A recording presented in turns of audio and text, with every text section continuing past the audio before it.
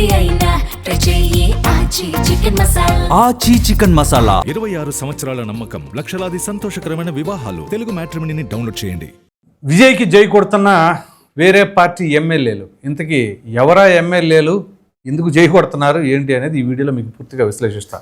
ఇక వివరాల్లోకి వెళ్ళినట్లయితే నిన్నే ఈ ఎన్నికల కౌంటింగ్ ప్రక్రియ ముగిసింది. ఈ క్రమంలో అతిపెద్ద పార్టీగా టీవీకే విజయ్కి 108 స్థానాలు దక్కాయి. అక్కడ మ్యాజిక్ ఫిగర్ 118. అంటే ఇంకా 10 మంది ఎమ్మెల్యేలు విజయ్కి కావాలి ప్రభుత్వాన్ని ఏర్పాటు చేయడానికి. ఈ క్రమంలో కొంత కసరత్తు అయితే చేస్తూ ఉన్నారు. సో ముందుగానే గవర్నర్కి ఒక 14 రోజుల సమయం కావాలి అని చెప్పేసి లేఖ రాశారు ప్రభుత్వాన్ని ఏర్పాటు చేయడానికి. మరి ఈ క్రమంలో ఏ ఎమ్మెల్యేలు ఎవరెవరు రావడానికి సిద్ధంగా ఉన్నారు, అసలు ఆయన తీసుకోవడానికి సిద్ధంగా ఉన్నారా లేదా, ఇవన్నీ కూడా మనం విశ్లేషించుకోవాలి. సో ముందు ప్రధానంగా ఏంటి అంటే టీవీకే విజయ్కి 108 స్థానాలు రాగా డిఎంకేకి 59, ఏఐఏడిఎంకేకి 47 స్థానాలు వచ్చాయి. ఇక్కడ వరకు బాగానే ఉంది. ఇక కాంగ్రెస్కి 5, పిఎంకేకి 4, ఐయుఎంఎల్కి 2, సిపిఐకి 2, అలాగే సిపిఎంకి 2, ఇంకా ఏఎంఎంకే 1 స్థానం, అలాగే డిఎండికే వాళ్ళకి 1 స్థానం, ఇలా వచ్చాయి. సరే, ఈ క్రమంలో ముందుగా ఏఎంఎంకే ఎమ్మెల్యే కామరాజ్ ఆయన విజయ్ వైపు రావడానికి సంసిద్ధంగా ఉన్నారు అన్నట్లుగా సమాచారం. అలాగే డిఎండికే ఎమ్మెల్యే ప్రేమలత విజయకాంత్, ఈవిడెవరు అంటే కెప్టెన్ విజయకాంత్ ఉన్నారు కదా స్వర్గస్థులు, ఆయన సతీమణే. సో ఆ పార్టీ తరఫున ఆవిడ గెలిచారు. ఈవిడ కూడా విజయ్కే జై కొడుతున్నారు. అయితే ఈవిడ కొన్ని వ్యాఖ్యలు చేశారు, ఆసక్తికరమైన వ్యాఖ్యలు. విజయ్ నా కొడుకుతో సమానం, ఆయన విజయకాంత్ దగ్గర ఎంతో సన్నిహితంగా ఉండేవాళ్ళు, వాళ్ళిద్దరి ఆలోచన విధానం కూడా ఒకటే అని చెప్పేసి సో విజయ్కే మద్దతు తెలుపుతున్నాను అన్నట్లుగా ఆవిడ కూడా ఇంట్రెస్ట్ చూపిస్తూ ఉన్నారు. సో ఈ క్రమంలో 1, 2 ఆల్రెడీ తన కోసం అంటే విజయ్కి జై కొడతానికి ఉన్నారు కాబట్టి ఇంకా కొంతమంది ఎమ్మెల్యేలు కలిపి ఎగ్జాక్ట్గా 10 మంది తగ్గారంటే 10 మంది ఎమ్మెల్యేలని తీసుకుంటే ఇక ఎవరి ఇష్టానురీతిగా వాళ్ళది ఉంటుంది. ఎందుకంటే నేను లేకపోతే ప్రభుత్వం లేదు అనే ధోరణిలో ఉంటారు. సో ఇక్కడ ప్రధానంగా ఏంటి అంటే నిన్న మనం వార్తల్లో కూడా చూసాం, రాహుల్ గాంధీ గారు సుమారు 20 నిమిషాల పాటు విజయ్తో మాట్లాడారు.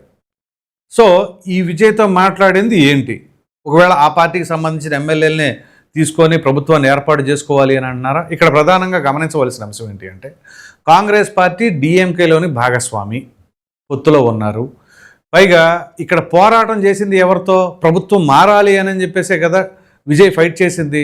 సో అటువంటి తరుణంలో డిఎంకేకి సంబంధించిన లేకపోతే డిఎంకే అలయన్స్లో ఉన్నటువంటి వాళ్ళ మద్దతు ఎందుకు కోరతారు, కోరితే ప్రజలు ఊరుకుంటారా అనేది కూడా ఆలోచించాలి. సో ఇక్కడ టీవీకే విజయ్ పోరాడింది డిఎంకేతో, అలాగే ఏఐఏడిఎంకే పోరాడింది ఎవరితో, డిఎంకేతో. సో వీళ్ళిద్దరూ ఉమ్మడి శత్రువు ఎవరు, డిఎంకే. సో ఎట్టి పరిస్థితుల్లో ప్రభుత్వాన్ని కూలగొట్టాలి అనే ఉద్దేశంతోనే వీళ్ళు పోటీలో ఉన్నారు కాబట్టి అఫ్కోర్స్ విడివిడిగా పోటీ చేసిన టార్గెట్ అనేది ఒకటే. సో ఏఐఏడిఎంకేకి సంబంధించిన ఎమ్మెల్యేలు ఎవరైనా సరే మద్దతు తెలిపితే అప్పుడు ఖచ్చితంగా ఆహ్వానించవచ్చు. సో వాళ్ళు ఏమైనా సరే రాయబారాలు పంపుతున్నారా లేకపోతే విజయ్యే రాయబారం పంపుతారా?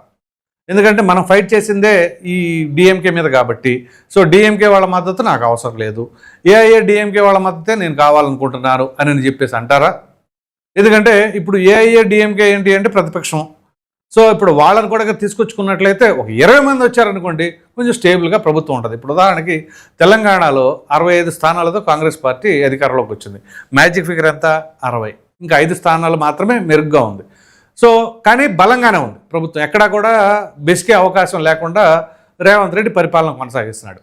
ఇప్పుడు టీవీకే విజయ్కి ఏంటి అంటే మ్యాజిక్ ఫిగర్కి ఆమడ దూరంలో ఉన్నారు. సో ఈ క్రమంలో ఆ 10 మంది ఎమ్మెల్యేలను కూడగట్టుకోవడం, ఆ 10 మందే కాదు ఇంకొక 10 మంది ఒక 20 మందిని పెట్టుకున్నారనుకోండి, బ్రహ్మాండంగా ప్రభుత్వం స్థిరంగా ఉంటుంది. సో ఆ స్థిరంగా ఉండాలి అంటే ఖచ్చితంగా మరి ఎవరెవరిని తీసుకుంటారు అనేది కీలకం. ఇప్పుడు ఆల్రెడీ నేను చెప్పినట్లుగా ఏఎంఎంకే ఎమ్మెల్యే కామరాజ్ ఆయన జై కొడుతున్నారు, అలాగే డిఎండికే ఎమ్మెల్యే ప్రేమలత, వీరితో పాటుగా IUML Indian union of Muslim league, మరి వాళ్ళ దగ్గర నుంచి వాళ్ళ సైడ్ నుంచి వాళ్ళ పార్టీ నుంచి 2 ఎమ్మెల్యేలు ఉన్నారు కాబట్టి వాళ్ళని చేర్చుకునే ప్రయత్నం ఏమైనా ఉంటుందా? అలాగే సిపిఐకి 2, సిపిఎంకి 2 ఉన్నారు. సో వాళ్ళ నలుగురిని ఏమైనా ఆహ్వానించే పరిస్థితి ఉంటుందా? సో అటువంటి పరిస్థితులు కనుక ఉన్నట్లయితే ఇటు కాంగ్రెస్ని కొంచెం దూరంగా పెట్టే ఆస్కారం ఉంటుంది. ఒకవేళ ఇప్పుడు కాంగ్రెస్ పార్టీ ఎమ్మెల్యేలను తీసుకుని ఈయనకు ఒరిగేది ఏముంటుంది? ప్రభుత్వం అయితే వస్తుంది, కానీ కేంద్రంలో సహాయ సహకారాలు కావాలి కదా.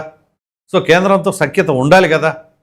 సో ఈ రకంగా అనేక రకాలైన వ్యూహాలు ఉన్నాయి. మరి ఇటువంటి తరుణంలో విజయ్ తీసుకునే నిర్ణయం చాలా కీలకంగా మారబోతుంది. ఆయన తెలివిగా ఆలోచించి మనం ఉమ్మడిగా ఎవరెవరైతే పోరాటం చేశామో, అంటే ఇటు వీళ్ళ టార్గెట్ అదే, అటు ఏఐఏడిఎంకే టార్గెట్ అదే కాబట్టి, సో విడివిడిగా పోటీ చేసిన టార్గెట్ ఒకటే కాబట్టి వాళ్ళని ఏమైనా సరే గ్రూప్లో చేర్చుకునే అవకాశం ఉందా అని చెప్పేసి ప్రశ్నలు ఉత్పన్నమవుతూ ఉన్నాయి. ఎందుకంటే ఇటువంటి ఆసక్తికరమైన హంగులు ఏర్పడటం అనేది చాలా అరుదుగా జరుగుతాయి. ఇప్పుడు త్రిముఖ పోటీ కాబట్టి ఈ పరిస్థితి నెలకొంది. సో ఫస్ట్లో కౌంటింగ్లో చూసుకున్నట్లయితే అసలు డిఎంకే 3వ స్థానంలో ఉంది. ఆ తర్వాత చివరి కౌంటింగ్ ప్రక్రియ మొత్తం పూర్తయ్యే సమయానికి 59 స్థానాలతో సెకండ్ ప్లేస్లో ఉంది. కాబట్టి ఇక డిఎంకే వాళ్ళని ఎట్టి పరిస్థితుల్లో ఒకవేళ ఏమైనా అందులో అసంతృప్తిగా ఉంది. ఇప్పుడు డిఎంకే వాళ్ళలో కూడా ఒక 10 మంది ఎమ్మెల్యేలు ఆసక్తికరంగా ఉన్నారట విజయ్ వైపు రావడానికి. సో వాళ్ళు రెడీగానే ఉంటారు, ఎందుకంటే వాళ్ళ పార్టీ ఓడిపోయింది కాబట్టి, మనం ఇక్కడ ఉన్న ఉపయోగం లేదు కాబట్టి. సో నేను మీకు నిన్నే ఒక వీడియోలో చెప్పా, కొంతమంది ఉంటారు అధికారం ఏ పార్టీ వైపు ఉంటే అటువైపు పార్టీ ఫిరాయింపులు చేసేవాళ్ళు ఉంటారు. సో ఆ రకంగా ఇప్పుడు సాధారణంగా స్థిరమైన ప్రభుత్వం మ్యాజిక్ వేర్ దాటిన పార్టీలకే గెలిచిన తర్వాత ప్రతిపక్షాల్లో ఉన్న వాళ్ళు కొంతమంది అదేమిటి అంటే మా నియోజకవర్గ అభివృద్ధి కోసం నేను పార్టీ ఫిరాయిస్తున్నాను, పార్టీ మారుతున్నానని చెప్తారు. వాళ్ళు ఆ నియోజకవర్గాల్లో అంత ఉపయోగపడేది లేదు, అది అభివృద్ధి చెందేది ఉండదు. తీరా చూస్తే మొత్తం మీద టెన్యూర్ పూర్తయిపోయాయి. సో ఆ పరిస్థితుల్లో ఇప్పుడు డిఎంకే నుంచి ఆ 10 మంది ఎమ్మెల్యేలు వస్తానంటే మరి విజయ్ ఏమైనా ఆహ్వానించే పరిస్థితి ఉన్నదా? లేదు ఏఐఏడిఎంకే వాళ్ళే ఎదురు చూస్తూ ఉంటారా? చూద్దాం విజయ్ ఏమన్నా మనకి కబురు చేస్తాడా అని చెప్పేసి, లేదా కేంద్రంలోని పెద్దలు ఏమైనా సరే ఇక్కడ జోక్యం చేసుకుంటారా? సో నీకు రాష్ట్రానికి సంబంధించి ఎటువంటి ఇబ్బంది కలగదు, మేము ఖచ్చితంగా మీకు మద్దతుగా ఉంటాము, ఎటువంటి సహాయ సహకారాలైనా అందిస్తాము అనే పరిస్థితి నెలకొంటుంది. ఎందుకంటే తమిళనాడు ఒక విధంగా చెప్పాలంటే అత్యధిక స్థానాలు కలిగినటువంటి రాష్ట్రం. ఇప్పుడు ఉదాహరణకి నిన్న కౌంటింగ్ జరిగిన 5 రాష్ట్రాలకు సంబంధించిన దాంట్లో ఒకటి మమతా బెనర్జీ అదే ఏదైతే దీదీ ఉన్నారో ఆవిడ ఓటమి చెందిన బెంగాల్, అక్కడ 294 స్థానాలు, అక్కడ బ్రహ్మాండమైన ప్రభుత్వాన్ని బీజేపీ స్థాపించుకుంది. ఇక ఎటొచ్చి 2వ అతిపెద్ద రాష్ట్రం తమిళనాడు. ఈ తమిళనాడు 234 స్థానాలు ఉన్నాయి. ఇది విజయ్ సొంతమైంది కాబట్టి ఈ ప్రకారంగా ఇది కూడా గ్రిప్ తెచ్చేసుకున్నారనుకోండి. సో ఆల్రెడీ అస్సాం వాళ్ళే ఉన్నారు.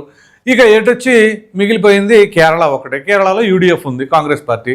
సో ఆ ఒకటి పోతే పోయింది, మిగతా అన్నీ కూడా మన గ్రిప్లోనే ఉంటాయి కదా అనే ధోరణిలో కేంద్రంలోని పెద్దలు ఏమైనా సరే ఈ యొక్క మంతనాలు జరిపి విజయ్కి మద్దతు తెలిపి ప్రభుత్వాన్ని ఏర్పాటు చేసే ప్రయత్నం చేస్తారా? విజయ్ కూడా చాలా క్లెవర్ డెసిషన్ తీసుకోవాలి ఇక్కడ. ఎందుకంటే అక్కడ కావాల్సింది ఏంటి? స్థిరమైన ప్రభుత్వం, రాష్ట్ర ప్రయోజనాలు ముఖ్యం. రాష్ట్ర ప్రజలకి ఏమేమి వాగ్దానాలు ఇచ్చారో ఆ వాగ్దానాన్ని నెరవేర్చుకోవాలి అంటే రాష్ట్ర ప్రభుత్వంలో ఉన్నటువంటి ఖజానా సరిపోతుందా? లేదు, అదనంగా కావాలి. అదనంగా కావాలంటే ఏం చేయాలి? ఖచ్చితంగా కేంద్ర సహాయ సహకారాలు మెండుగా ఉండాలి. సో వాళ్ళ ఎజెండాలు వేరే అయినా సరే రాష్ట్ర ప్రజల శ్రేయస్సే ముఖ్యం, అది ఏ పార్టీకి సంబంధించిన వాళ్ళైనా. సో ఇక్కడ ఎవరు ఎంత గింజుకున్నా తమిళనాడులో నేషనల్ పార్టీస్కి అనేది అవకాశం లేదు, అది మనకు స్పష్టంగా తెలుస్తూనే ఉంది.